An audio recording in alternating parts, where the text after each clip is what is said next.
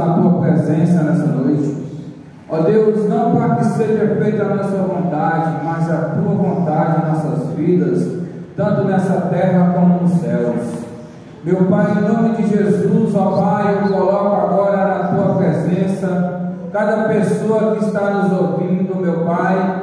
Ó Senhor, aquele que está, meu Pai, à procura de uma resposta, aquele que está à procura de uma cura, meu Pai, aquele que está à procura de uma saída, meu Pai. Ó Deus, eu também oro por cada um que aqui se encontra, aqui agora conosco, meu Pai. Vem abençoar a família de cada um, meu Pai. Que o Senhor venha restaurar a vida de cada um, meu Pai. Ó Deus, em nome de Jesus, ó Pai, entra nessa peleja por nós, ó meu Pai, em nome de Jesus, ó Pai. Porque a tua palavra diz que agindo Deus em nossas vidas, quem impedirá? Meu Pai, vem em encontro daqueles que nos ouvem e daqueles que estão aqui, meu Pai. Ó Senhor, o Senhor é nosso socorro e presente na hora exata. Meu Pai, eu coloco também o trabalho do evangelismo que nós vamos fazer em tuas mãos. Começa a tocar nos corações, nas almas, ó Pai, que vai participar, aqueles que necessitam, meu Pai, de uma cura interior, daqueles que necessitam de uma libertação, daqueles, meu Pai, que acham que a vida deles não tem mais saída. Envia eles, ó Pai, porque até aqui, meu Pai, e nos dá sabedoria para socorrermos em nome de Jesus, ó Pai.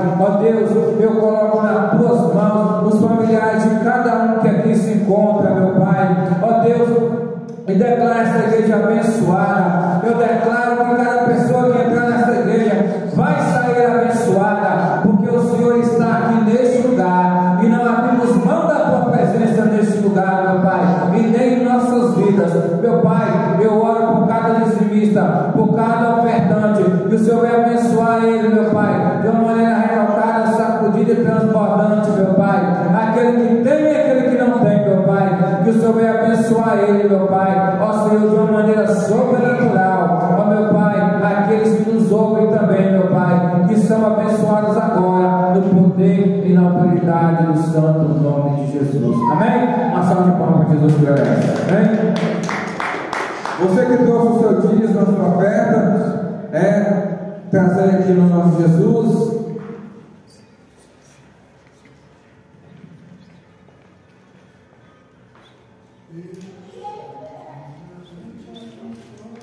Abra sua Bíblia lá em Gênesis, capítulo 15.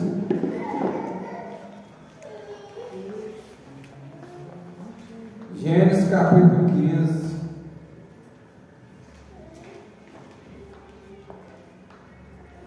Versículo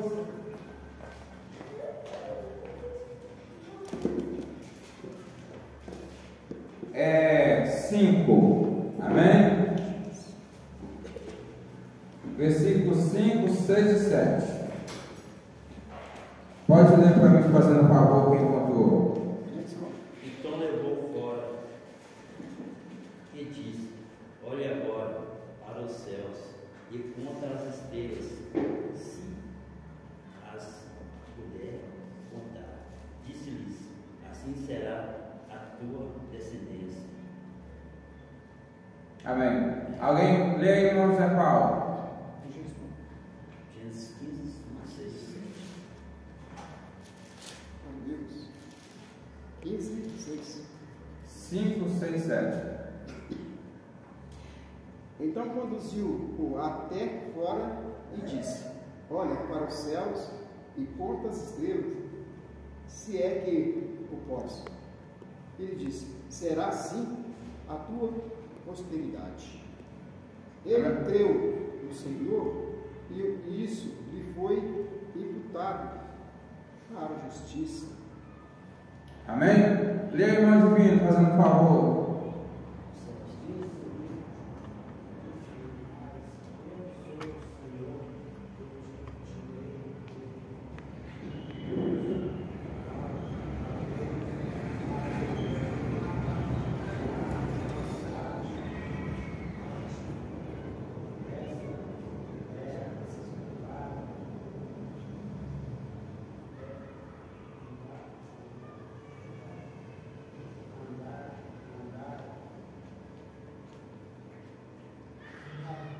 Amém?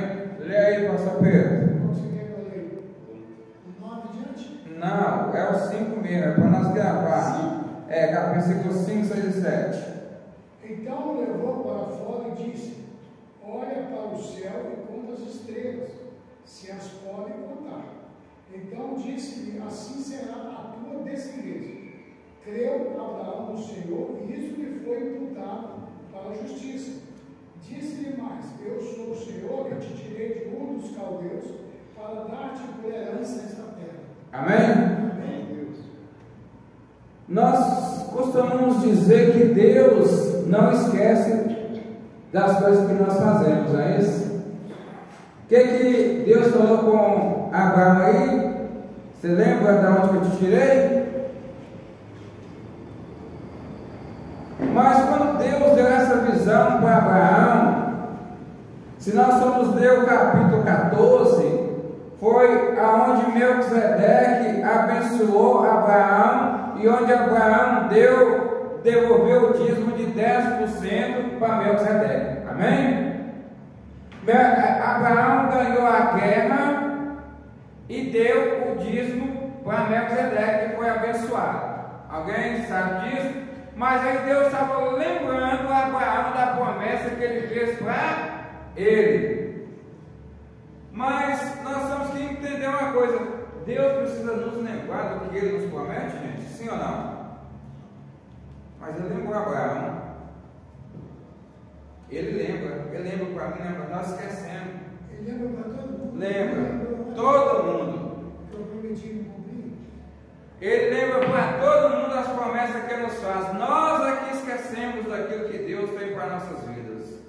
Nós nos iludimos com coisas banais desse mundo, esquecemos de fazer a vontade de Deus para tomar posse daquilo que Ele tem para nossas vidas. Aí você foca no problema, esquece de Deus. Você foca na situação que está vivendo, esquece de Deus. Você foca no seu eu, na sua rebeldia, esquece da promessa que Deus tem para você. E você vai querer fazer com as suas próprias forças. Você deixa de acreditar em Deus para acreditar na medicina. Você deixa de acreditar em Deus para acreditar na tecnologia. Não que a tecnologia e nem a medicina não sejam úteis, mas tem coisa na nossa vida que a medicina não vai resolver. Tem coisa na nossa vida que a tecnologia também não vai resolver. Só Deus. Está lá, você está lá no hospital lá, tomou um choque para acelerar seu coração, para ele continuar batendo, aí parou, aí está aí de repente, aquele medidor de batimento cardíaco, seu coração parou. Eles dão outro choque, para ver, vai dando, chega uma hora que seu coração não volta mais. Aí é só Deus.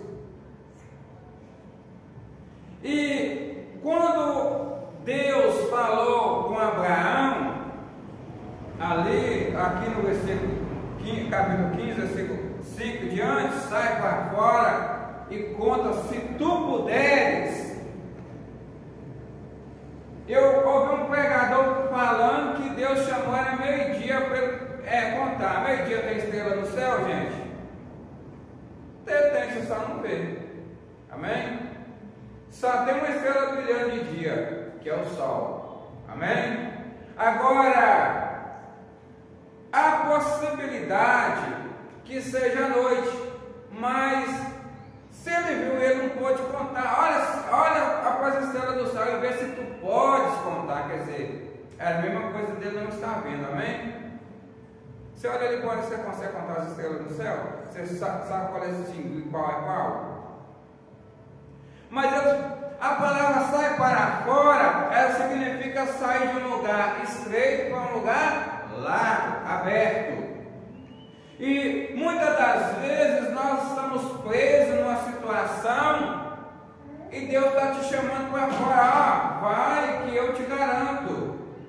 Muitas das vezes você está preso lá dentro do seu quarto, falando: Senhor, se você não fala comigo, eu não vou sair daqui, e Deus está falando, vai beber água, vai dar uma volta. Eu disse, não, Senhor, se o Senhor não me responder do jeito que eu quero, eu não vou sair. Mas Abraão foi generoso com Deus ali no capítulo 14, quando Deus foi generoso com ele primeiro, deu para ele pão e vinho.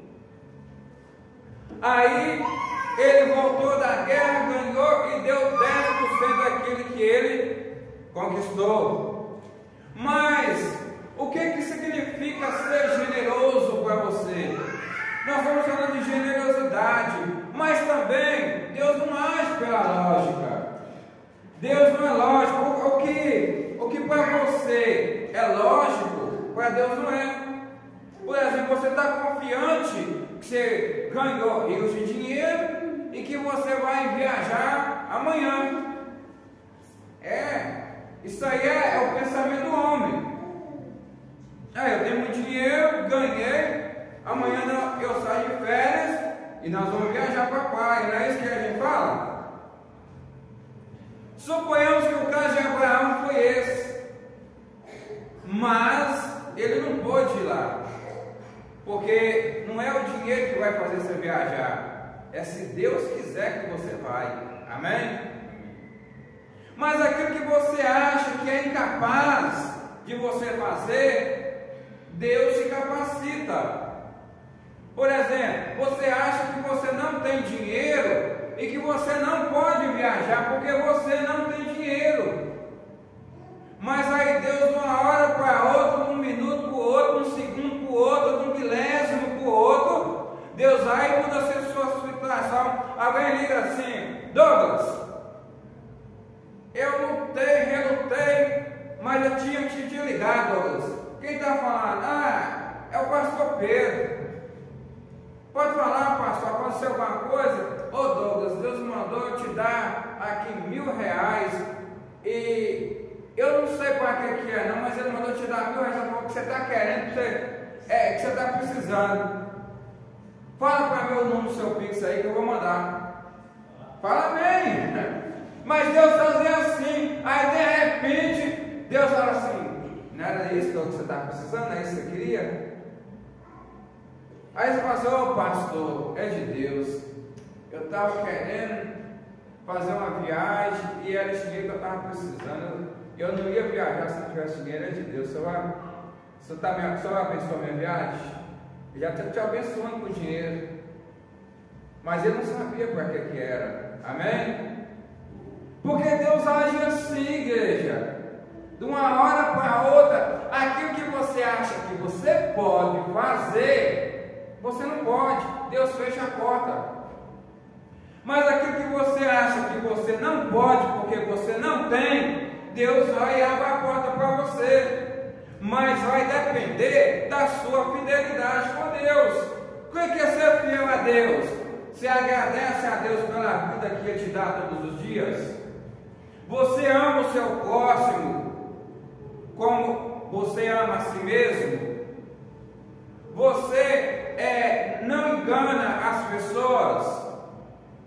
Porque hoje tem um evangelho muito banal, um evangelho cretino que eles criaram aí, da teologia da prosperidade. Você dá R$1.000 para Deus que Ele te dá 50. Onde está escrito isso dentro da Bíblia, gente?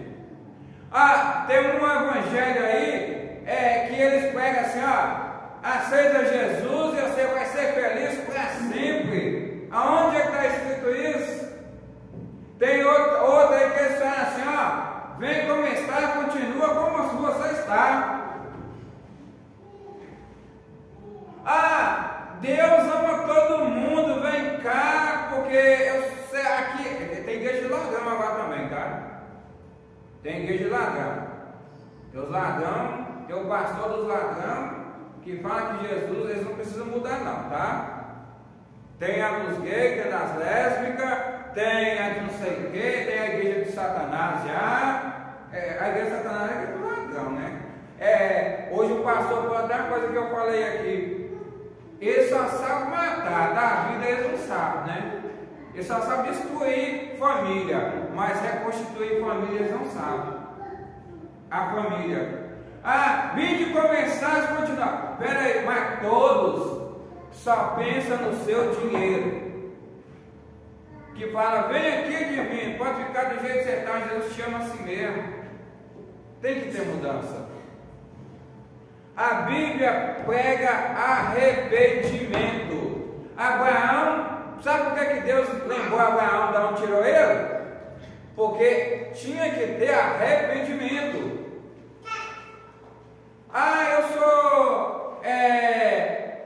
Eu sou ladrão, vou continuar ladrão, porque hoje é a fobia, né? Hoje tudo você não pode ser. Pode sim, a verdade. Jesus veio falar a verdade. E se nós guardarmos essa verdade, nós estamos contra a vontade de Deus. O homem que é homossexual, eu amo ele, Jesus ama ele, mas Jesus quer que ele tenha mudança de vida. Essa é a verdade. A maior generosidade que ele vai fazer para Jesus, não é dando 1 milhão, não é comprando um terreno para a igreja, não. É ele entregando a vida dele para Jesus verdadeiramente e aceitando Jesus como seu único e suficiente Salvador. Foi o que Abraão fez. Mas Deus falou, olha Abraão, olha se você pode contar. Porque Abraão falou e pensou assim, poxa, eu estou meio doido, né? Deus fala que vai me dar um filho, minha mulher é estéril. É loucura, né? Minha mulher é estéril. E ele ainda me chama para fora para olhar as estrelas do céu. Pela lógica, dentro da Bíblia não está falando que é noite não, viu gente?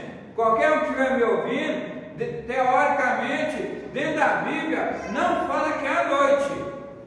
E nem fala que é de dia. Ok? Aí você pode imaginar e deixar a expressão de Deus estar com você. Eu estava fazendo um estudo, não fala que Deus chamou ele da hora da noite. É uma suposição. Por isso que o certo para você é incerto para Deus. E o que é incerto para você é certo para Deus. Por exemplo, você sabe o que Deus tem para você lá na frente? Você consegue enxergar? Sim ou não?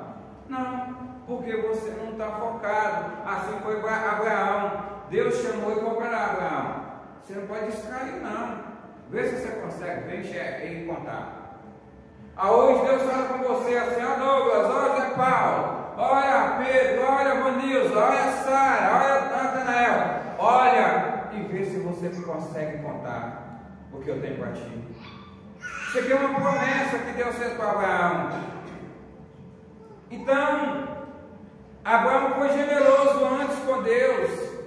E nós temos que ser generosos com Deus.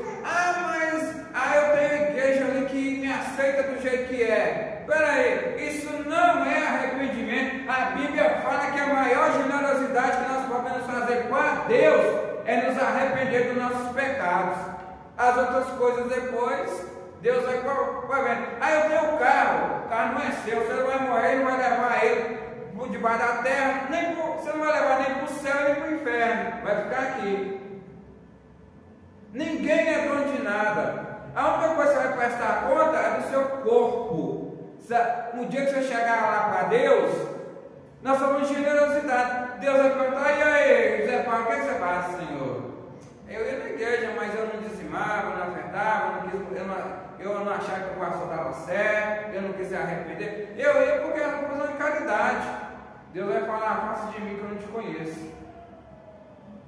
Porque nós temos, igreja, que entender que eu tenho que amar o meu próximo como a mim mesmo. Agora, como é que a teologia da prosperidade, a teologia da Deus cura, com certeza. Mas eu te perguntar uma coisa, e se ele não quiser te curar? Ele vai deixar de ser Deus, sim ou não? E se ele não quiser que você vive mais, ele vai deixar de ser Deus? Eu acho engraçado a pessoa falar assim, hoje tem uma igreja para cada grupinho. Deus não morreu para grupinho não. Eu acho que um teólogo viu, né, depois nós começamos a transmitir, ele ouviu falando que Deus não precisa de fiscal. E ele falou, estava vindo, ele falava que Deus precisa de fiscal sim. Eu continuo pensando que Deus não precisa de fiscal. Porque falou de coisas, de pessoas que fazem coisa errada. Deus nunca precisou de fiscal e nem precisa. Porque fiscal ele vem e te multa. Deus não multa ninguém não. Quem precisa de fiscal é a prefeitura, é o Estado. Para te multar, ele vem ver se está fazendo certo ou errado. Se você estiver fazendo certo, ele ainda dá um jeitinho de te multar ainda. Ou estou errado. A polícia, quando ela começa a fazer barreira ali, ela já sabe no celular dela hoje quem é que elas vão pegar. Para ganhar dinheiro. Agora, Deus não. Quando Ele quer tratar com alguém, Ele trata pessoalmente. Agora, nós devemos vigiar. A palavra de Deus é que nós devemos vigiar. Tem muitos falsos profetas aí. E isso a palavra de Deus fala que nós temos que fazer. Vigiar e discernir a voz de Deus. Mas as pessoas estão querendo discernir só a voz do diabo. Assim, tá dando certo, eu vou fazer. Eu acabei de falar com o pastor Pedro dentro do carro, que eu fico indignado. Aí o cara pega para você, Deus não fez você morrer pobre, não, ficar pobre não. Deus é o dono da pátria, concordo. Mas esse papo está errado, essa ideia.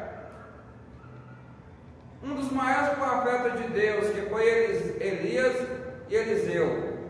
Qual a mansão que Eliseu tinha, gente, Elias? Conta aí para mim. Quem conhece a Bíblia aqui? Qual a mansão que Elias tinha para ele pregar prosperidade? Qual é a mansão que ali Eliseu teve para curar Naamã? E Naamã ofereceu, estava com o pastor. Naamã deu para ele uma fortuna. E ele não quis, Deus não deixou pegar. Aí Elisinho, o servo dele, bem intencionado, sabe? Falou, meu senhor se arrependeu, falou que quer o dinheiro, a lepra de Naamã todinha passou para ele, por causa da mentira e da ganância. Espera aí, a minha maior riqueza é Deus. A sua maior riqueza é Deus. E Deus está te perguntando hoje em casa e aqui na igreja: você pode contar o que eu tenho para você? Você já entregou a sua vida para mim verdadeiramente? Você tem ganhado almas para mim? Você tem anunciado o meu evangelho de verdade, sem ironia? Você não está falando para as pessoas que vai vir e vai permanecer do mesmo jeito, né? Você não está pregando, Wendel. É para as pessoas que ela nasceu assim e vai morrer assim, né? Não foi isso que Jesus ensinou. Não foi isso que Moisés ensinou. Não foi isso que Abraão ensinou. Não foi isso que Jesus nos ensinou. A maior generosidade é ganhar almas, é investir em almas. Nós vamos fazer um trabalho de evangelismo aqui. Nós temos que orar, nós temos que ganhar almas para o Senhor Jesus Cristo. A igreja tem dois tipos de igreja hoje: tem a igreja que fala a verdade e tem a igreja que está aproveitando aquelas pessoas que quer ouvir, eles falam aquilo que elas querem ouvir. Aí elas enchem, aquela igreja inchada, elas dizimam, elas ofertam, faz show, porque está falando aquilo que o ego deles quer ouvir. Mas Jesus nunca falou para ninguém aquilo que ele queria ouvir. Só falava aquilo que era da vontade de Deus, aquilo que a pessoa precisa ouvir. E Jesus falava assim: olha, arrepende. Mas Jesus falava assim: segue-me. Mas você sabe que você vai ser perseguido por minha causa, né? Eles não pregam esse evangelho. Você sabe que você vai ser perseguido por minha causa? Você sabe que você só vai ter paz em mim? E no mundo, o mundo não pode te dar essa paz, só eu. A paz que o mundo vos dá não é a mesma da minha. Aí a pessoa fica assim: ah, você não sabe ver em paz. Irmãos, é guerra. Guerra, a luz não combina com as trevas. As trevas estão lutando noite e dia para tirar você da presença de Deus, para te pôr indignado, igual tentou com Abraão. Olha, Sara pegou, mandou a serva dela ficar com Abraão para quebrar o que Deus queria. Mas Deus falou: não é esse aí não, é outro, é o que vai ser do ventre da sua esposa. Amém? O diabo, as pessoas falam: ah, não deu certo com fulano, não, vai com outro. É a teologia da felicidade, sabe? Jesus falou assim: ó, aquele que não for perseguir por causa do meu nome, isso não é de quem entrar no reino do céu, não. Aquele que não for perseguido por causa do meu evangelho, da verdade, esse não entra no céu. Aí vem aquele evangelho banal. Você está vendo, irmão? Você está... Zé Paulo, olha Zé Paulo, você é cego, o Zé Paulo está aqui, é óbvio, o Zé Paulo está aqui, o cheque aqui, ó, Deus está te abençoando, 50 mil de Zé Paulo. Qual igreja que está certa? Aquela que quer ver você pobre ou aquela que quer ver você rico? Hoje está assim. Aí Deus fala: calma, Zé Paulo, espera. Aí o outro já chega e te mostra.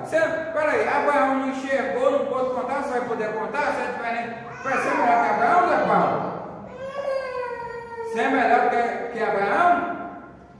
O pai da fé? Porque ele não enxergou, mas pela fé Abraão creu. A fé não vai estar naquilo que se vê, mas nas coisas que não se pode ver. Amém? Com os olhos do, mas com os olhos da fé. A fé cura. Hoje o pastor até pregou lá sobre a mulher do fluxo de sangue. A mensagem que eu gosto, já preguei muito. Jesus não curou ela. Jesus ela tocou nas vestes de Jesus. E Jesus falou assim: a tua fé te curou.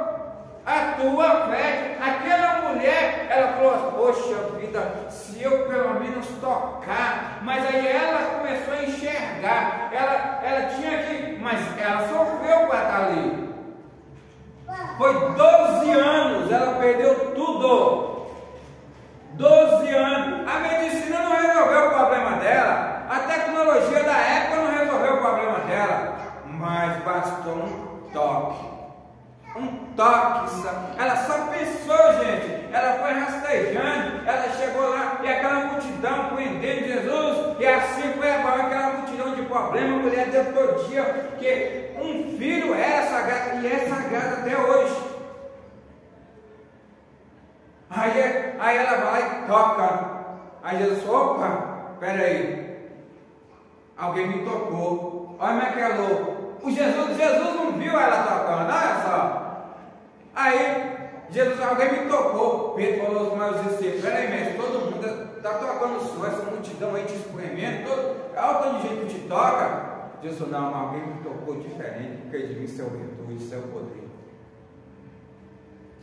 Aí ela gritou no meio da multidão: foi eu, mestre. Aí Jesus fala para ela assim: ô mulher, a tua fé te curou, a tua fé te salvou. Tem Bíblia que fala assim, amém? Então nós temos que ter fé, não deixar os outros matar nossa fé. Divino, você está naquela igrejinha, não vai ninguém lá, é porque Deus não está lá. Douglas, Deus não está ali não. Deus tá... Ô gente, isso é conversa mole. Nem Jesus ganhou 3.000 almas de uma vez. Sabe quem ganhou? Pedro. Nem Jesus ganhou 5.000 almas de uma vez. Sabe quem ganhou? Pedro. Porque Jesus falou que nós íamos fazer obras maiores do que a dele.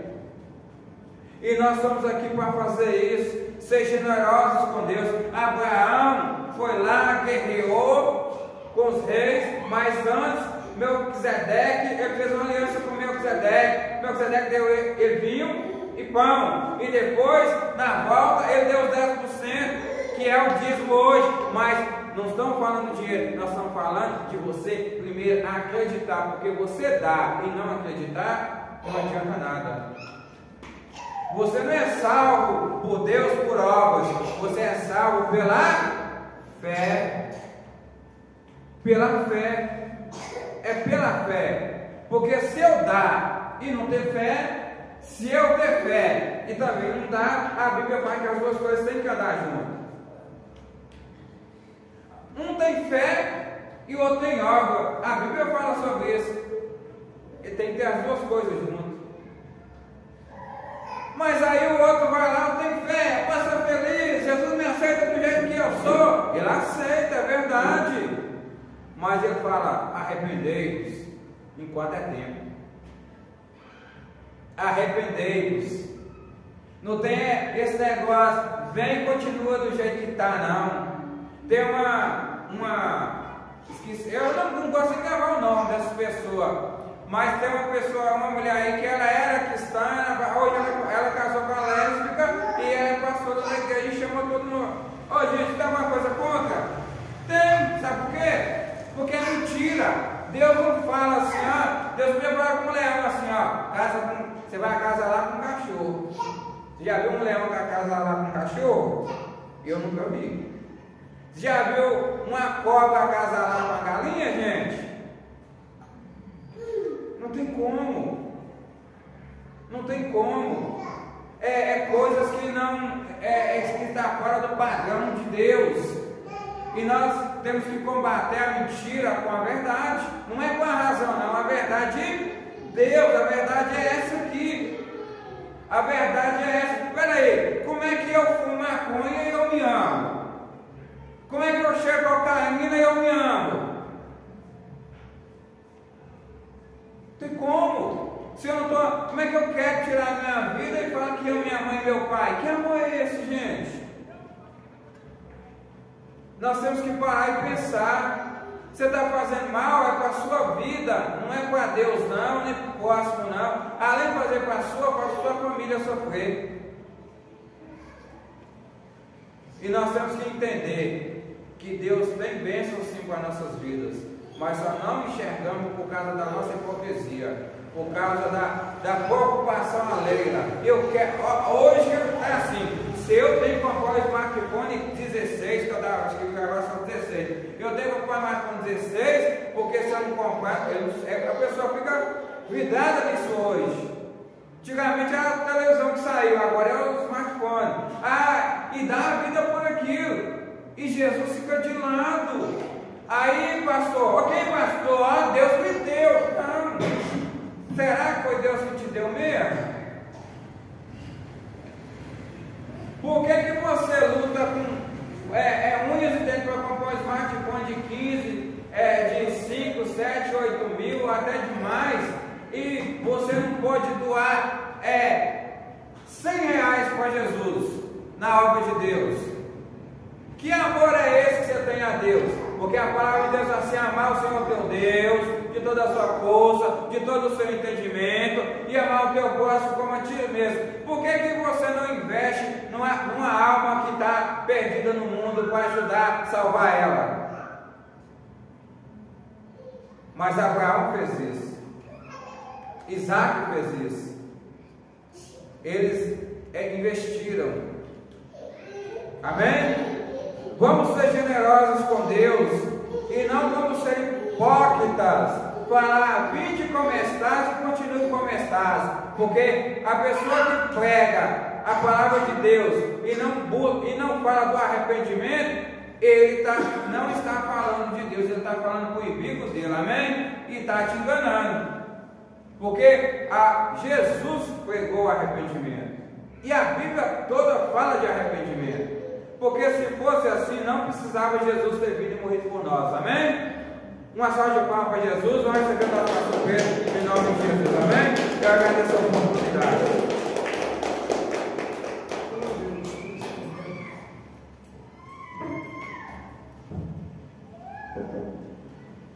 Glória a Deus.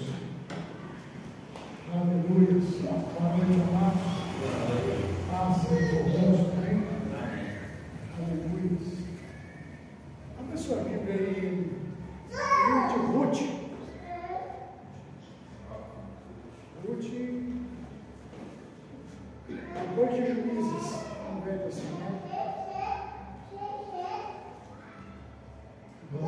Deus. Aleluia.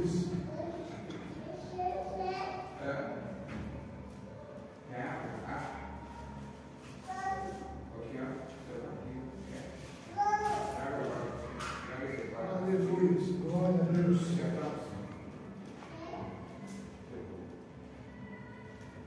Santo é o nome do Senhor.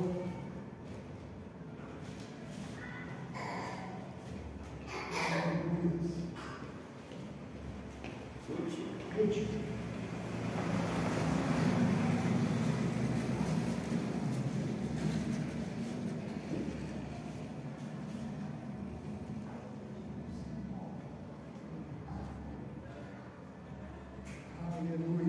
Glória a Deus.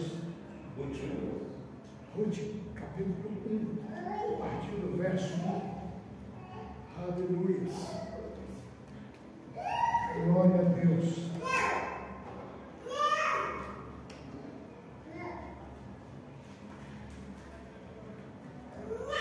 Aleluia.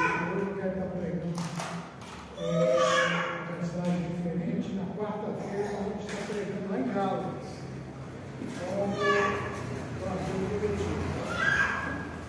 Aleluia. Todos acharam? Gálatas capítulo 1. Depois de Juiz. Gênesis, Êxodo,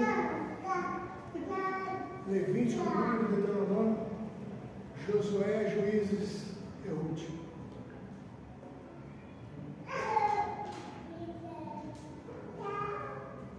Aleluia.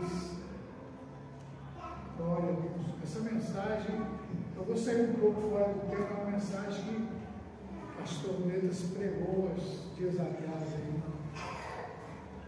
Mas eu não vou acompanhar o tema dele, não. Vou para outro tema e vai estar mais ou menos igual. Aleluia. Ruth capítulo 1. Glória a Deus. Fico em direção ao Papai. Mais uma vez eu me coloco na tua presença, Senhor. Usa-me como vaso nas tuas mãos, como instrumento. Que o meu eu caia por terra e que o Senhor venha ser engrandecido. Que a tua palavra, Pai, ela possa encontrar, Senhor, espaço no coração de cada um. E nesse momento eu repreendo toda a ação do passarinheiro que rouba a semente. Aquela semente que é plantada com a tua palavra. E neste momento eu agradeço o Senhor pela oportunidade, pela bondade, pela tua misericórdia. Eis-me aqui como instrumento das tuas mãos. Usa-me. Faz de mim neste momento, Pai, instrumento nas tuas mãos, que assim seja. Amém. Glória a Deus.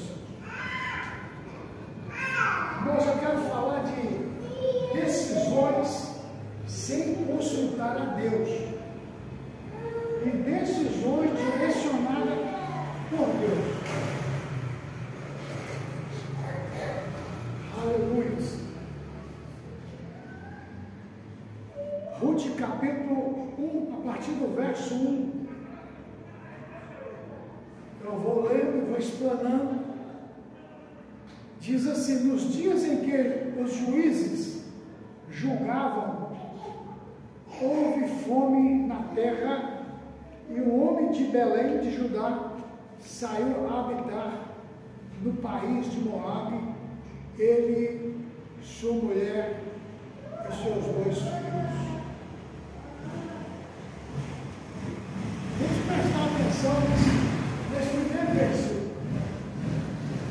Nos dias em que os juízes julgavam, houve fome na terra, e um homem de Belém de Judá saiu para habitar no país de Moabe, ele e sua mulher e seus 2 filhos.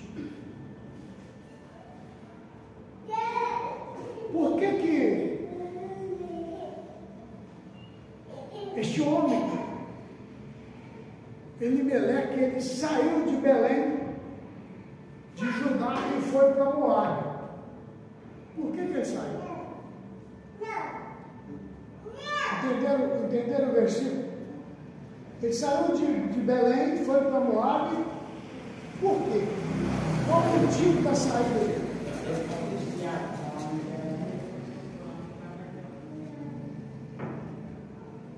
ele está certo?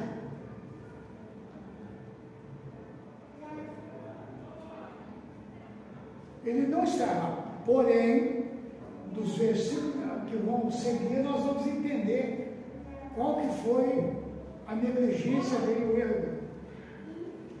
Versículo 2: chamava-se este homem Elimeleque e sua mulher Noemi. Os filhos se chamavam Malom e Quelion, efrateus de Belém, de Judá. Efrateus é porque eles eram descendentes da tribo de Efraim.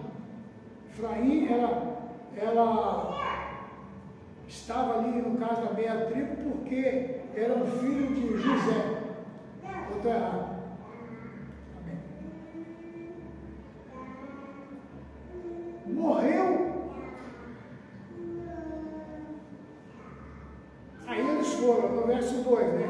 Filhos se chamavam Malom e Quelion de Belém e Judá. Foram a Moabe e ficaram ali. Morreu Elimeleque, marido de Noemi, e ficou ela só com os seus 2 filhos. Verso 4: que se casaram com mulheres moabitas. O nome de uma era Orfa e o nome da outra Ruth. Quando já fazia quase 10 anos que moravam ali, verso 5, morreu também Malom e morreu Quelion, ficando assim a mulher desamparada de seus 2 filhos e de seu marido. Então levantou-se Noemi com as suas noras para partir do país de Moabe, porque ouviu que o Senhor tinha ajudado o seu povo, dando-lhes alimento.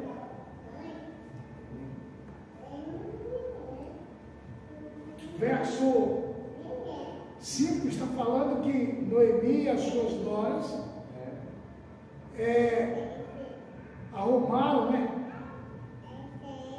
Partiram para partir, arrumaram as coisas para partir. Levantou-se, ou seja, quando se fala levantou, nessa posição aqui, nesse texto, é que se levantou, ou seja, arrumou as suas coisas para ir embora para Belém, voltar para Belém. Então levantou-se Noemi com as suas noras para partir para o país de Moabe, porque ouviu que o Senhor tinha ajudado o seu povo, dando-lhe alimento. Ou seja, agora aquela fome que tinha lá em Belém já não tinha mais. Passou-se aproximadamente, segundo a história, mais ou menos uns 10 a 12 anos que eles ficaram fora. Mas nesse intervalo ela perdeu o esposo, perdeu os filhos, e agora tinha ela e as noras. Então, 7. Tendo que sair do lugar onde estava e as suas 2 noras com ela, indo elas caminhando para voltarem à terra de Judá, disse Noemi às suas noras: ide, voltai cada uma para a casa de sua mãe. O Senhor use convosco de benevolência, como vós fizeste com os falecidos e comigo. Aqui Noemi, ela reconhecia que as suas 2 noras eram pessoas boas, que eram pessoas que ajudou ela, que cuidou dela, né? Mas que aí ela perdeu o esposo e também perdeu os seus 2 filhos. Então agora ela não tinha vínculo nenhum com as 2 noras, porque as noras não tinham filhos. Então não tinha vínculo, vamos falar assim, isso aqui é a minha sogra, é a avó do meu filho. Não, elas não tinham mais vínculo nenhum.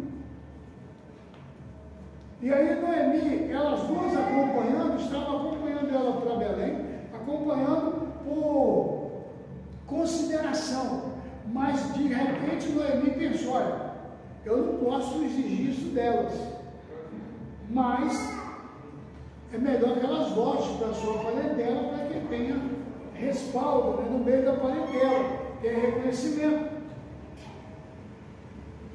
E aí Noemi disse para eles: olha, acheis descanso, a cada um em casa de outro.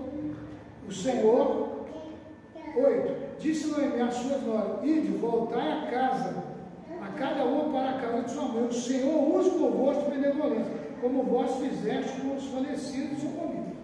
O Senhor vos dê que acheis descanso, cada uma em casa de outro marido.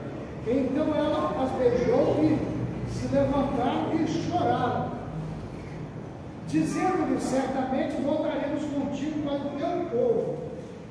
Olha, qual que era a diferença? Porque Noemi, ela estava voltando para o seu povo de Israel, e as duas, elas eram do povo de Moabe. Elas não tinham costume com o povo judeu, israelita. Ela não tinha esse costume. As duas eram de Moabe. É tanto que os parentes delas adoravam outros deuses, mas elas adoravam o Deus Criador por causa da sua sogra, né? Por causa de Noemi. Mas mesmo assim, creio que talvez dividido. E aí é onde entram as decisões. Aqui nós temos a decisão de uma. Uma casada casou, viveu dentro da casa de Noemi, vivendo ali junto e vendo a ação de Deus protegendo. Mas também trouxe dúvida. Por quê? Porque na terra de Moabe, aí ela vê agora uma sogra que tinha perdido o esposo e tinha perdido os filhos. Aqui Noemi, ela vai estar voltando para Belém, porque ela foi para uma terra em busca de alimento, ela foi para uma terra em busca de prosperidade. Mas, porém, eu acredito que não estava diante das decisões, a decisão que foi tomada, eles não consultaram. O seu esposo, Elimeleque, não consultou a Deus se era bom ele ir ou não para Moabe. Porque todos os parentes de Elimeleque não saíram de Belém, não acompanhou ele. E a fome estava lá. Porém, Elimeleque era propriedade de terra. Elimeleque, ele tinha a sua herdade, ele tinha lá as suas terras. E aí ele toma uma decisão e vai embora. Eu tenho certeza que se ele tivesse ficado lá em Belém, assim como os parentes deles ficou, ele não teria morrido de fome. E muitas das vezes, irmão, nós dentro da igreja, nós falamos que acreditamos, nós buscamos do Senhor, mas muitas das vezes nós tomamos decisões sem consultar a Deus.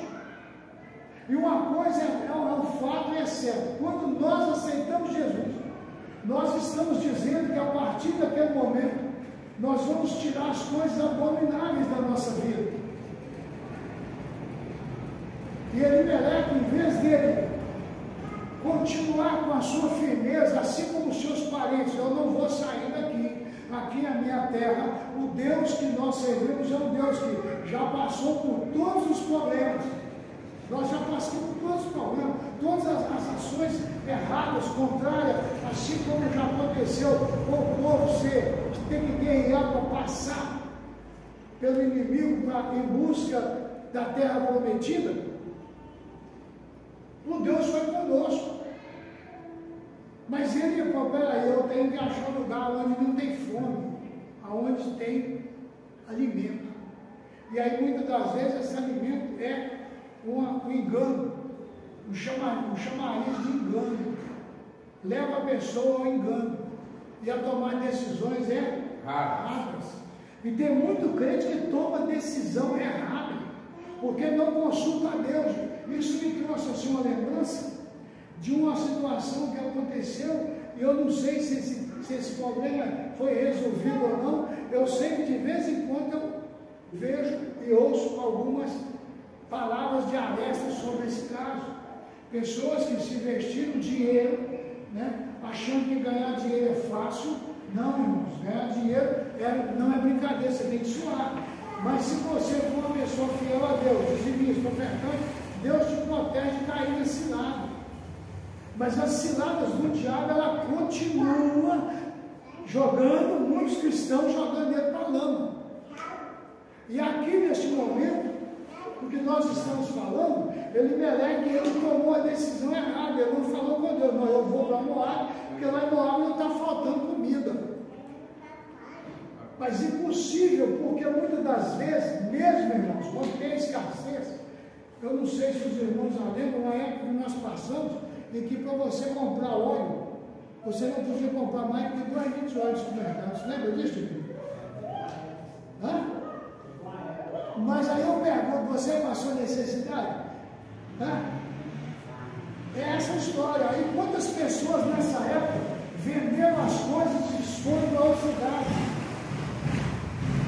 Achando que ia, não é, essa escassez aqui, isso não vai mudar. Assim foi ele Elimelec. Peraí, para mim ir no supermercado comprar 2 litros de óleo, eu não vou poder, então eu vou mudar daqui. Aí foi para Moab, porque lá em Moab estava tendo fartura. E aí ele vai, mas a mulher e os 2 filhos. Resultado, 12 anos. Qual foi a prosperidade? Nenhuma. A prosperidade é que se prosperou. Duas mulheres, 2 noras. Mas morreu o homem da casa e morreu os filhos. Então, muitas das vezes, nós tomamos decisão, irmãos, quantas vezes eu já tomei decisão errada? A oportunidade vinha, não falava nada com Deus e abafava ela. E daí a pouco, porque o trem estava dando errado. Aí a pessoa ainda fala assim, o inimigo é sujo. Não é o inimigo não. Você deixou de tomar a direção com Deus e tomou ela por si próprio. E quando você toma uma decisão que Deus não está nela, você pode ter certeza que o diabo usa ela. Porque Deus não deu aval. E aí o diabo de lá falou, mas peraí, eu tenho culpa disso aí não. Tá? Eu tenho culpa não, isso aí ele tomou essa decisão, o problema é dele. Então são decisões que muitas vezes nós tomamos fora de hora, sem falar com Deus. Porque a nossa obrigação, irmão, já que nós aceitamos Jesus para ser o Senhor da nossa vida, para a nossa salvação, Ele é o Senhor da nossa vida para tudo.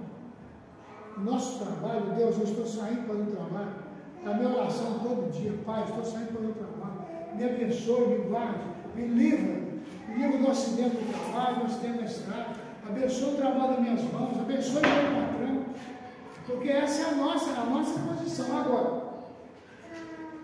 nós temos que ser conscientes, porque mesmo orando, mesmo sendo fiel, mesmo sendo generoso, sendo grato, pode ter certeza que Deus não nos chamou para passar uma vida de mar de rosas, que aonde nós tocar a mão vai ser prosperidade.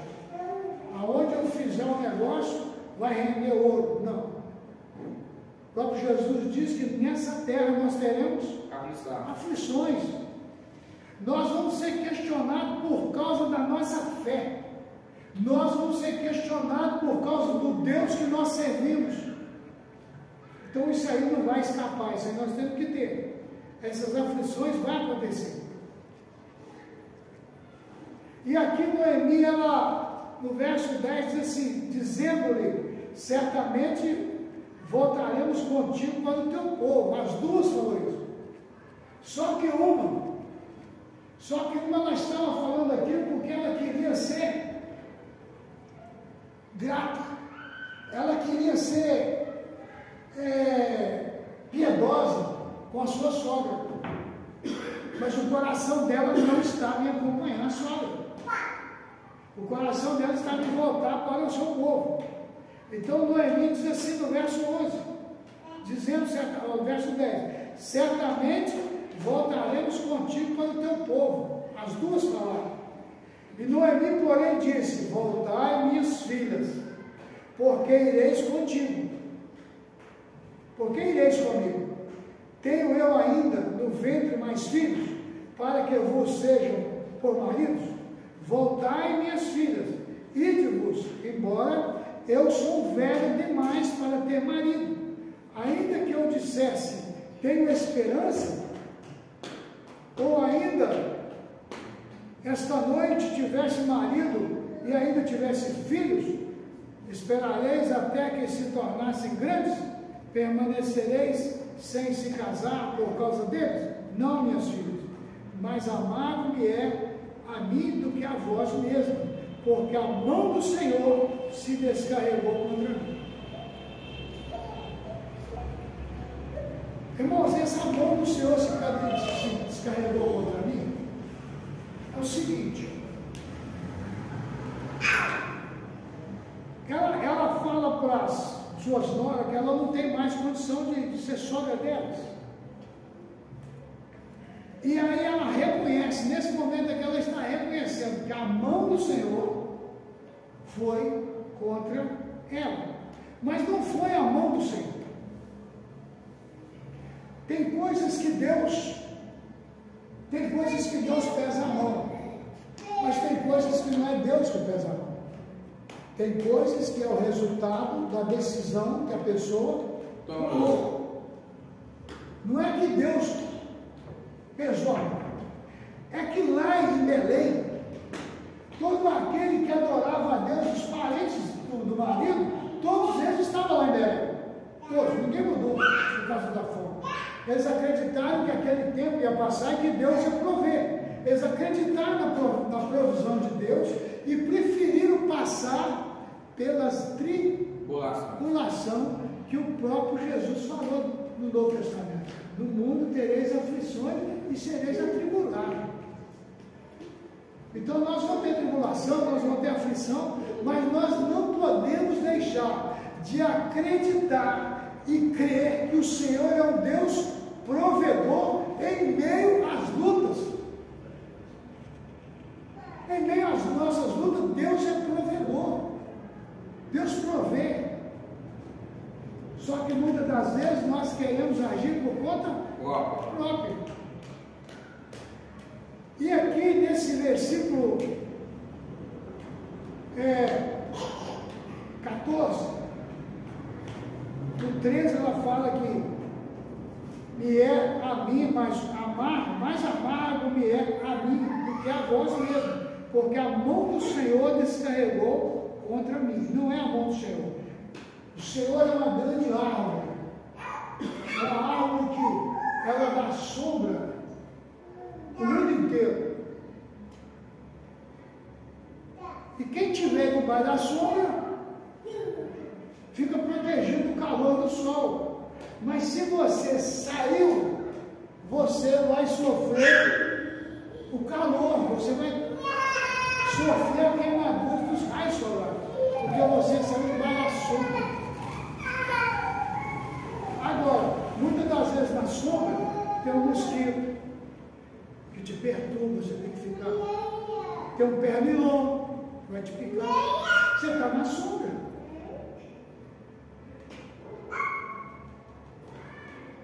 Não quer dizer que debaixo da sombra você não vai ter para passar uns perrengues, porque vai passar. Só que você tem que entender que tudo que você passar, Deus é contigo. Está contigo. O verso 14 diz assim: porque levantaram a voz e tornaram a chorar. Então Orfa se despediu da sogra com um beijo, mas Ruth se apegou a ela. Aqui Orfa foi sincera, porque Noemi sentiu que tinha que falar aquilo. Vocês não são obrigados a me acompanhar. Vocês não são obrigados, vocês não fazem parte do meu povo. Vocês têm que ir para a casa de vocês, porque lá vocês vão adorar os seus deuses. Só que aqui tem Noemi. Aliás, tem Ruth, aqui tem Ruth.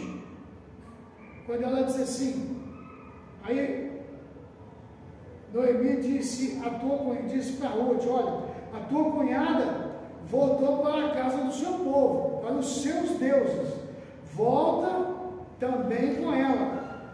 Aí Ruth, porém,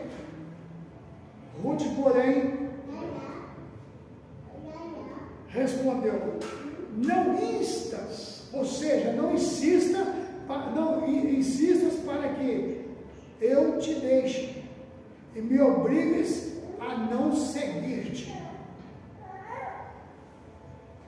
Aonde quer que fores, irei, e aonde quer que pousares, ali pousarei. O teu povo será o meu povo, e o teu Deus será o meu Deus. Aonde que morreres, morrerei eu ali, serei sepultado.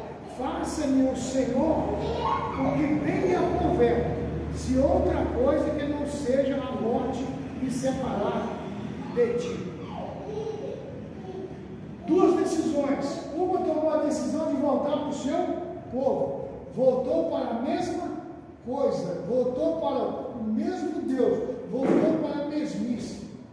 Quantas pessoas aceitam Jesus, vêm para a igreja e com pouco tempo volta para os seus deuses? Porque quando aceitou Jesus não tomou uma decisão com firmeza do que estava querendo. Tomou uma decisão talvez precipitada, não analisou, não pensou e tomou a decisão.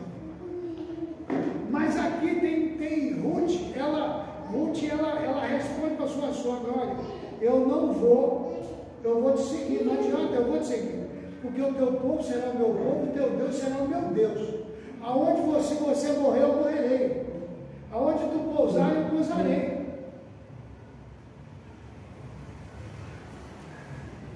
E aí ela diz no verso 17, segunda parte, ela diz: se outra coisa que não seja a morte me separar de ti. Então a decisão de Ruth aqui, ela foi taxativa, ela foi de uma forma extraordinária. Olha, não adianta, o seu Deus será o meu Deus. O verso 18 diz: Noemi, vendo Noemi que de tudo estava resolvido a ir com ela, deixou de lhe falar nisso. Assim as duas mulheres seguiram viagem até que chegaram a Belém. Entrando elas em Belém, toda a cidade se comoveu por causa delas. E as mulheres perguntavam: não é esta a Noemi? Respondia-lhes ela: não me chameis Noemi, chamai-me Mara, porque grande amargura me tem dado o Todo-Poderoso. Ela estava triste, e Mara quer dizer amarga. Ela sentiu uma mulher que o que aconteceu com ela era como se Deus estivesse punindo ela. Punindo porque tomou uma decisão errada, ela, o esposo, tomou uma decisão errada aos 12 anos atrás.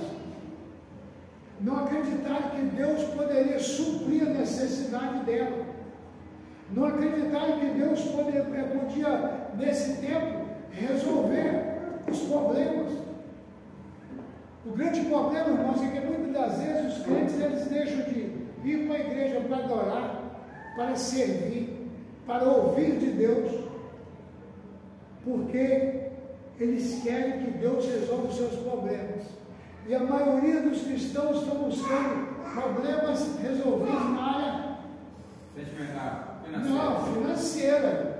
Eles não estão nem preocupando mais com a área sentimental, não. Porque a área sentimental usa-se o termo lá de Moisés, a carta de divórcio. Por quê? Porque Deus é amor. Deus é amor, irmãos. Mas Ele é justiça. Deus perdoa, não perdoa. Mas a palavra nos diz que Deus também vinga. Deus também vinga. Ele é um Deus de amor. Ele é Deus de justiça. Ele é um Deus que vinga Ele é um Deus que dá oportunidade. Ele é um Deus que acompanha-nos em todos os momentos da nossa vida, em todas as situações da nossa vida. Deus nos acompanha.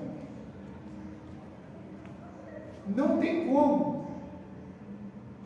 E aí as nossas decisões têm que ser pautadas naquilo que Deus quer para nós.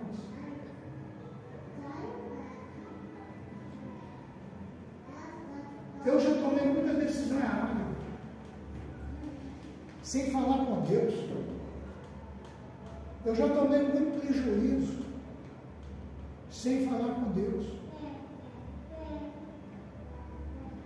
E muitas das vezes nós tomamos decisão porque tem algo, e geralmente as decisões erradas, elas vêm no momento de, talvez você está um pouco fragilizado.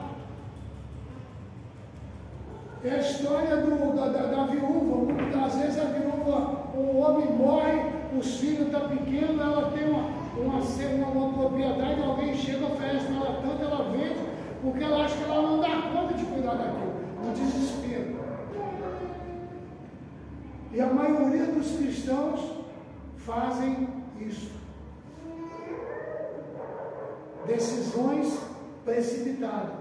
Aqui nós vemos duas mulheres, uma que aceitou continuar com a sogra, porque via que ela tinha tomado uma decisão, porque o Deus que a sogra servia, ela viu que era um Deus real, o Deus verdadeiro. A outra voltou porque o Deus da família era um Deus a qual ela achava que podia servir sem ter muitas obrigações. Pastor, mas servir a Deus, sim, irmão, nós temos obrigações. Nós temos a obrigação da oração. E a maior obrigação nossa não é pedir a Deus coisas. A maior obrigação nossa é agradecer, é ser grato a Deus por tudo que Ele nos dá. A história de Ruth, se você quiser ler esse livro aí em casa, devagarzinho, você vai entender que quando Noemi volta e ela volta junto, ela adotou, ela aceitou o Deus verdadeiro no lugar dos deuses da sua família. Ela volta com a sogra e lá ela encontra alguém com quem ela pudesse formar uma família. Nós estamos falando aqui de Ruth. Quando ela volta, a sua sogra, que também era parente de um grande homem, de um rico, que tinha condições, e ela foi trabalhar para esse homem. Ela não foi como trabalhadora, ela foi como uma pessoa que foi buscar aquilo que sobrava, porque eles colhiam. A gente sabe, lá na roça, eu não sei se na região do Divino fala palhada, vai ter palhada.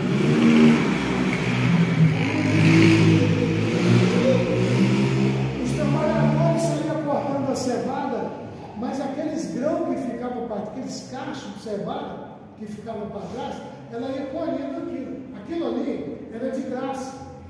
Os donos das lavouras não cobrava nada, a pessoa estava colhendo aquilo ali e levava. Então ela estava ali como se fosse uma escrava, como uma serva. A Bíblia não fala que ela era escrava, ela estava ali trabalhando, servindo, e aí ela levava o mantimento para sua sogra. Mas para frente fala que ela casou-se com um parente do seu sogro.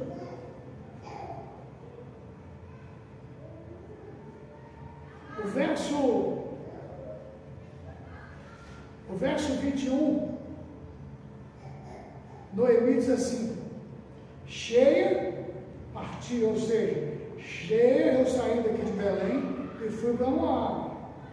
Porém, vazia o Senhor me fez voltar. Por que me chamareis Noemi? O Senhor testificou contra mim, o Todo-Poderoso me afligiu tanto. E foi assim que voltou Noemi da terra de Moabe, e com ela Ruth sua nora, a Moabita. Chegaram a Belém no princípio da colheita da cevada. Capítulo 2. Tinha Noemi um parente de seu marido chamado homem poderoso e rico, da família de Elimeleque, a qual se chamava Boaz.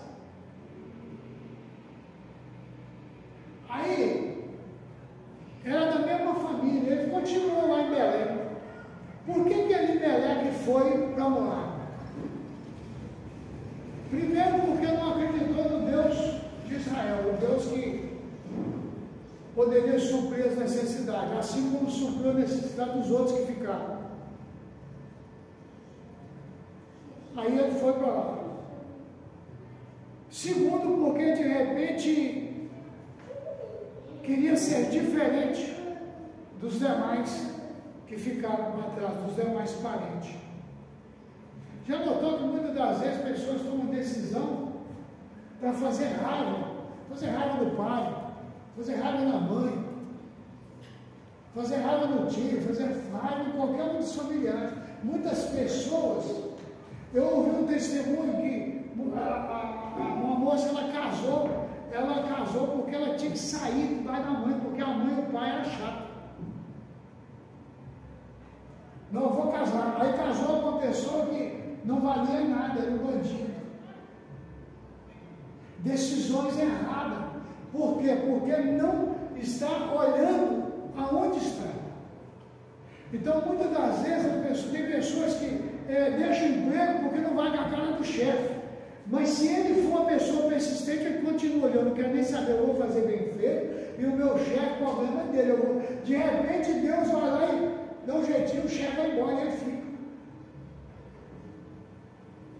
Isso eu já vi demais em empresa. Não, eu vou sair daqui porque eu não aguento meu chefe. Eu não aguento fulano.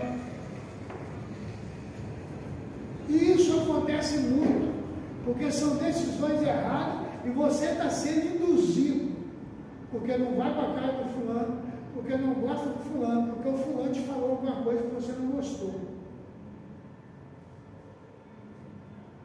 Eu lembro uma certa vez, eu trabalhando com uma empresa, uma multinacional, e eu tomei uma decisão, uma das decisões erradas, mas na época eu não era cristão, não conhecia Jesus. E aí eu tomei uma decisão que eu ia embora, ia mudar de... Aí eu fiz igual eles, peguei tudo que tinha, vendi e fui embora para Rondônia. Eu fui para Moab. Perdi o emprego, que eu não sei, talvez quem esteja lá hoje trabalhando nessa posição, deve estar ganhando uns 15 mil reais por mês. Eu sei que o meu salário era altíssimo na época. Eu pedi conta e fui embora para Rondônia. Chego em Rondônia, fico lá dois anos. Aí eu, esposa e uma filha, volto de lá eu, esposa e 2 filhos. Eu tive 3 malárias. Eu tive internado no hospital, vi pessoas morrendo do meu lado com malária. E para eu voltar, meu pai mandou dinheiro para que eu voltasse. Eu voltei. Mas agora, sem nada. Voltou o Pedro sem dinheiro, sem casa. Decisão errada. E aí, só para vocês entenderem quanto isso é sério, que eu estou falando aqui. Aí quando eu voltei, fui da mesma empresa. Alguém falou, não, vai lá, conversa com o diretor, ele gosta muito de você. Eu voltei da mesma empresa, só que empresa não tem coração. Empresa tem CNPJ, mas não tem coração. Aquele homem, ele era um diretor, gostava de mim, mas dependia de outros departamentos da empresa. E aí, quando me mandaram passar de novo por uma psicóloga, eu passo pela psicóloga, quando eu chego para ela falou comigo que eu era negligente, não sei o quê, porque eu tinha pedido para sair, agora está pedindo para voltar. E a minha resposta talvez custou a minha não admissão. Porque eu respondi para ela da seguinte maneira: olha, quando eu entrei aqui, você não estava aqui. Há quase 10 anos atrás, você não estava aqui quando eu entrei.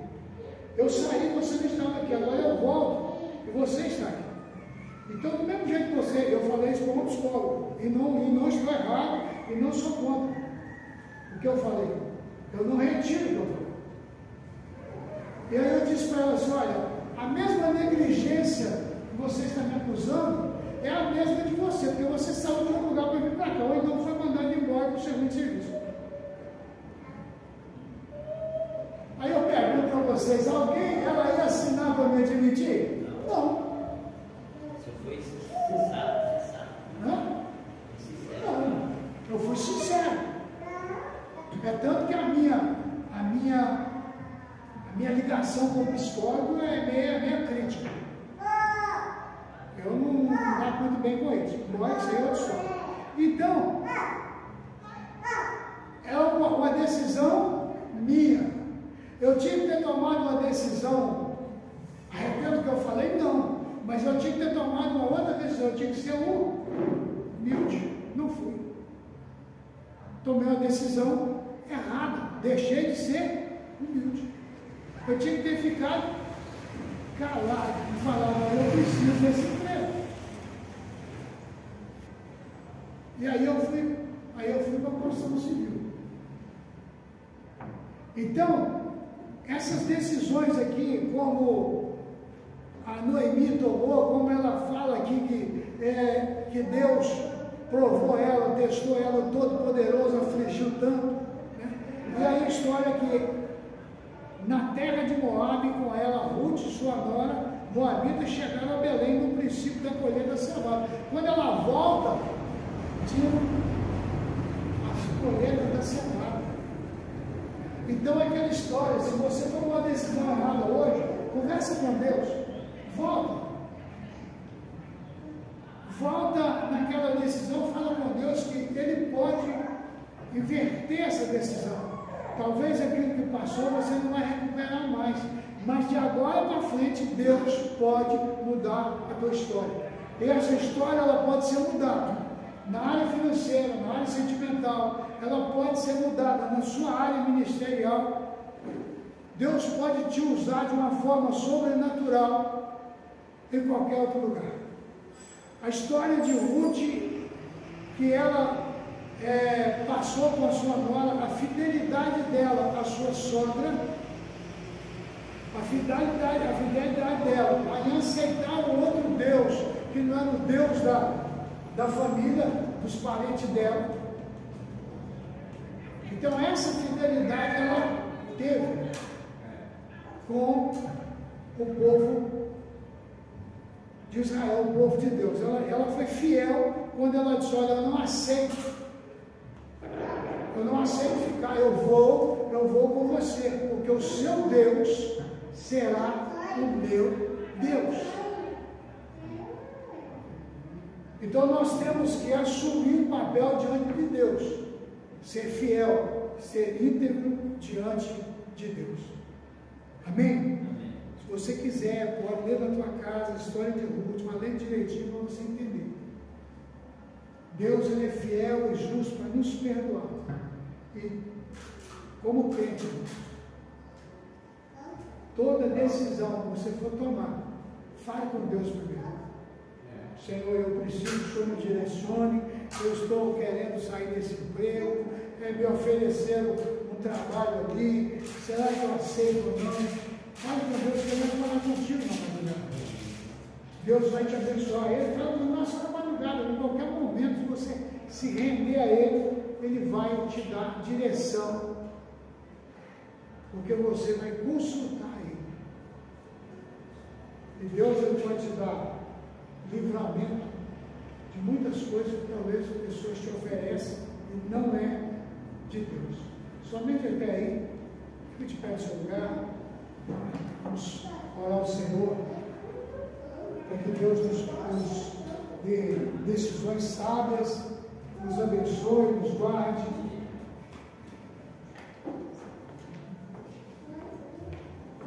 Grande e soberano Deus, mais uma vez eu coloco diante do Senhor, agradecendo pela tua bondade, agradecendo pela tua misericórdia, Pai, essa graça a qual o Senhor nos concede, este amor ao Pai imensurável, o Senhor tem nos guardado, tem nos abençoado. Mas eu peço, Pai, neste momento que o Senhor venha nos ensinar a buscar do Senhor para decisões a ser tomadas em nossa vida. Que nós possamos, Pai, estar tomando decisões acertadas de acordo com a Tua vontade. Que o Senhor venha nos direcionar quando nós buscarmos do Senhor, quando nós falarmos com o Senhor. Eu peço que o Senhor venha fazer a diferença na nossa vida. Senhor, neste momento, Pai, quando nós despedimos da Tua casa, mas não da Tua presença, eu clamo ao Senhor neste momento mais uma vez, ó Pai, por esta região, por essas ruas, por essas casas, por cada família. E em nome do Senhor Jesus, eu repreendo, Pai, junto com a Tua igreja, eu repreendo toda a força negativa, todo o laço do inimigo contrário ao Pai, a obra do Senhor neste local. Que o Senhor possa, Pai, estar tomando nas Tuas mãos a nossa vida, nos direcionando, nos guardando, nos protegendo. Faz de nós instrumento nas Tuas mãos. Pai, que a Tua bondade, a Tua misericórdia seja presente sobre cada vida, sobre cada casa. E em nome do Senhor Jesus, eu peço a Ti, Pai, neste momento, que o Senhor possa, Pai, estar agora tocando, Senhor, na liderança da igreja do Evangelho da Glória. Pai, não só no Brasil, mas no exterior. Pai, não só neste município, nesta região, mas também em todo o estado, em todos os estados do Brasil. Toma nas Tuas mãos cada pastor, cada líder. Faça, meu Deus, ó Pai, a diferença na vida de cada um. Senhor, meu Deus, que o Senhor possa estar abençoando decisões, que sejam decisões, ó Pai, voltadas para o Teu reino aqui na terra. Decisões, ó Pai, a qual o Teu reino venha florescer e frutificar. Senhor, eu peço a Ti neste momento, Pai, que o Senhor venha tomar nas Tuas mãos, ó Pai, Rosa Neves, venha fazer a diferença, meu Deus, não só neste ministério, mas de outros ministérios que pregam o Senhor Jesus como Senhor e Salvador, aquele que virá buscar a Tua igreja. Senhor, toma nas Tuas mãos, ó Pai, cada líder, cada membro, e que venha haver a diferença nesse local. Pai, toma nas Tuas mãos, Senhor, a nossa liderança. Que o Senhor venha abençoar a região, abençoar cada pastor. Faça, meu Deus, segundo a vontade do Senhor.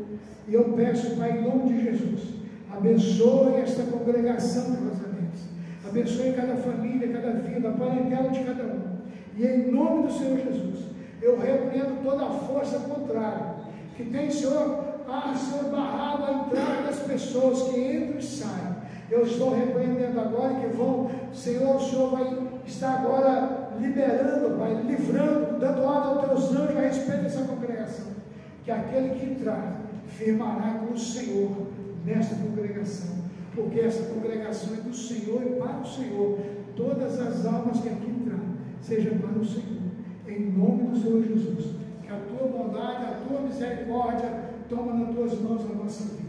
Senhor amado, eu peço ao Senhor agora, Pai, por aquelas pessoas que se encontram enfermas, pessoas que pediram oração, pessoas que têm o nome escrito, ó Pai, no caderno de oração. Senhor, muito obrigado, porque o Senhor, ó Pai, tem cuidado de pessoas. Obrigado, Pai, pela vida da missionária Márcia. O Senhor agora me liga e diz, agradecendo a esta congregação que intercedeu pelo seu pai, teu irmão, e que eles se encontram bem, estão em casa, estão saudáveis. Pai, muito obrigado pela Tua presença em nosso meio. É o que lhe peço, Pai, neste momento, em nome do Senhor Jesus, em nome de Jesus. Pai, nessa premissa, eu peço ao Senhor agora que o Senhor contempla aqueles alimentos que ali estão. Se porventura tiver algo consagrado a ídolo, a santo ou a demônio, por aquele que plantou, pelo que cuidou, por aquele que colheu, aquele Pai que transportou, aquele que industrializou, e aquele que fez, ó Pai, ali esses alimentos, se porventura consagrou a ídolo, a santo ou a demônio, eu peço ao Senhor agora que seja desconsagrado, em nome do Senhor Jesus, que a partir de agora sejam alimentos abençoados, nós vamos ingerir e que o Senhor vai usá-lo. Se tiver algo dentro de nós, assim como uma infecção, uma dor que o Senhor vem jogar por terra e vai servir como remédio para o nosso corpo físico. É que eu ministro nesse momento em nome do Senhor Jesus. Em nome de Jesus. Que o amor de Deus Pai, a graça bendita de Jesus Cristo Filho, a doce consolação do Espírito Santo de Deus, seja conosco não só hoje, mas eternamente. Amém. Vamos em paz, que o Senhor nos abençoe. Oh, glória.